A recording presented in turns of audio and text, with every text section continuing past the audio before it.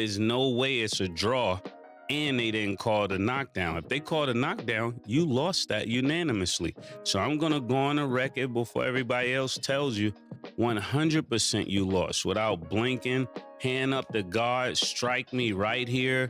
You lost that fight. With Mace, I think he lost the fight. That referee has a lot of experience. For you not to call that knee a knockdown is crazy, bro. Then the excuse after why he took a knee was even more crazy. He said he had grease in his eye. People fight with blood in their eye, all type of stuff, from headbutts, etc.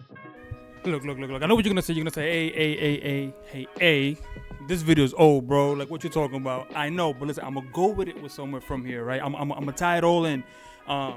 So give me that benefit of the doubt. Here's the video, and I'll shout out to Showbiz the Adult. Now, I haven't really thought about this video until I saw it today on his live stream, and I kind of clipped it. Hopefully he don't copyright me or nothing like that. But it kind of shows, it's like he kind of zoomed in, so I'm kind of taking his work, right? Because I didn't really think about doing this video until I saw it. I was like, okay, let me clip his and show you, like, really, because he did a good job in zooming in. So I'm gonna come back and we're gonna tie it all up. All right, just stay with me. Here's the video, and then come back. So I'm gonna tie it all in, right? And what I think this even means for Tank, and how he thinks about his fight mentally. Go ahead, roll the clip. Let's look at the feet. Somebody said his feet slipped out the ring. That his left foot slipped out the ring. Let's look at his left foot. It doesn't slip out the ring, but it buckles. It doesn't slip out the ring. His foot is on the canvas, bro. It's on the canvas. But what I'm saying is, and then he reaches for his headgear. He reaches for his headgear. It's not a slip. Let me tell you what it is. Let me tell you what I think it is. You think he missed a step? You think it's an ankle? Let me tell you what I think it is. I think Tank was trying to get away. Gets hit, and watch his guard. He flinches. He jumps up and be like, oh no, look at him. Don't hit me. And then he goes down. And then he reaches for his headgear. Do y'all see that? Tank goes to the side, don't hit me, and he gets down. Y'all don't see that. Do y'all not? Do y'all see what I see? He jumps up, say, don't hit me, and he goes, that's what happened.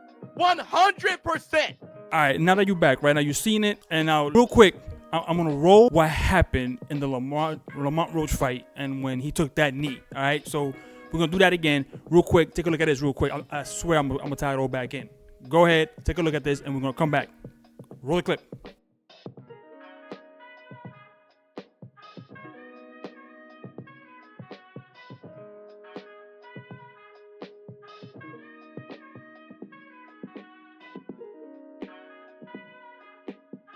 All right, now that you've seen all of that, right? Listen, so let me tell you what it all means, right?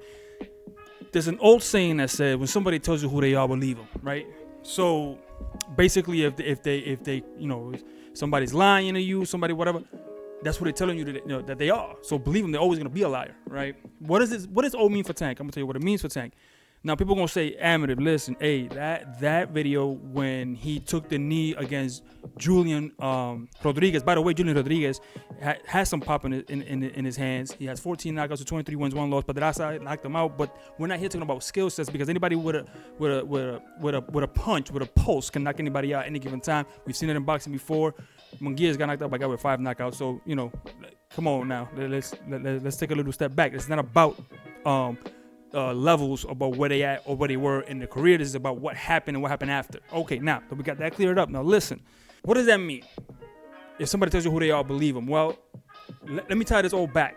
If there's any dogman here in this channel, in this community, when they go hunting with a dog, if a dog quits once at a hunt against a boar, he'll always quit, right? If he's under pressure, he'll always quit, right? I'm gonna give an example in boxing, okay?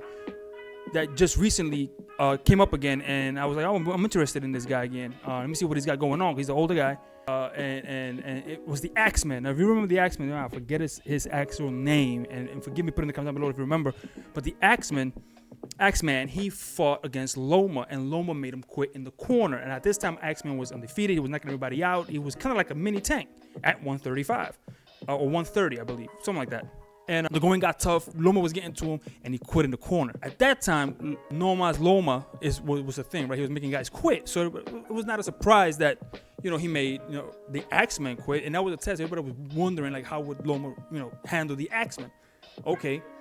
So he made him quit in the corner. Fast forward now, he's on Pro Box, and the Axeman's making a comeback. And I think he just got a recent win, came back, okay, and he was looking okay in the beginning. And then when things got rough, guess what the Axeman did? He quit again. So once a quitter, always be a quitter. When things get rough, if the guy will quit, usually if those circumstances are presented again, guys will quit under the same circumstances, whether it's mental pressure or physical pressure. They don't like it, right? And once it's in their demeanor, in their mental to do that thing, they'll always do it. So if a dog quits in a hunt against a boar in the forest, and you pick him up and you take him back on another hunt, if the same conditions are met again, he will more than likely quit again, right? And that's not a good hunting dog. Same thing with a fighter. If a fighter quits once, if those things are met again, things will happen again. Okay, think about what Showbiz actually pointed out in this video. Okay, so he went down, he got hit. And as he mentioned, he went to flinch again. He didn't want to get hit again. So what he did was he was hurt. It hurt him, it bothered him, something happened. He didn't want to get hit again. So he flinched so hard, he made himself fall on the way down. And because he was going to take the knee, regardless of the fact. But in the flinch, the decision to make to take the knee, because you could see the way he fell, that's how he fell, was in the knee position. Then he goes, like Showbiz says, he fiddles around with his headgear, signaling like, oh, it wasn't really, I wasn't gonna take a knee, my headgear was off, trying to take attention away from what just had happened. He, whatever happened, whatever with that punch, he didn't like it, and he didn't want to experience it again. So he panicked. He went to take a knee. He took a step too wide, and the knee came down awkward. But he was on his way to taking that knee regardless. Fast forward to Lamont Roach fight. If you see that, he got hit with a jab. The jab bothered him. And maybe the braid got in his eye. No. Listen, if you believe that something got in his eye besides the braid and that punch, it's something else. There's no grease getting in his eye. He got punched. You see the delayed reaction. He didn't like that. He took the knee to stop that momentum. And at the press conference, he says as much. He says, hey, I'd rather take the knee than get knocked out like that. Now, whether or not he did feel the braid, because even in the still, the braid didn't even make it all the way into his eye. And it was on the opposite eye from where he just got hit, right? You see when he gets hit, the eye closes up. Then he goes down and he takes the knee, which should have been called. It should have been called, and it wasn't. So at that point, you go, okay, so what does that mean for Tank? Tank seems to be the guy, if he doesn't steamroll you and you get him in enough trouble, he starts to panic. Bad signs. I'm going to bring back the hunting dog analogy again. When you have hog dogs that hunt hog in the wild, when they're training, they'll show you bad signs when things are not going their way. They'll start kind of, complaining vocally, or they'll do weird things like let go and go back, weird things like that. Tank does the same thing. And again, guys, I'm talking about legitimate legal practices, nothing illegal here. And American Bulldogs do this, Pit Bulls do this, even Greyhounds are used for the same thing. And he was shouldering him, he was pushing him down. He knew that Lamont Roach had him, and it was making him uncomfortable. And when he got hit with that jab, that stung. Not every punch that hurts you has to be a bomb. It could be a quick flick, and it could bother the orbital bone and sting, and it just made him go down. And that's why I played the clip of Cam and Mace in the beginning, because Cam made the point. Guys fight with blood in their eye, headbutts to their eyes, things like that, and they don't quit. They don't quit. You know what I'm saying? And when they do quit, it's easier for them to quit later. It's easier. When Gotti was stopped in the corner against Mayweather, it wasn't Gotti's call. It was his trainer's call. Gotti was crying. Gotti knew he was cooked, but being stopped in the corner hurt him more.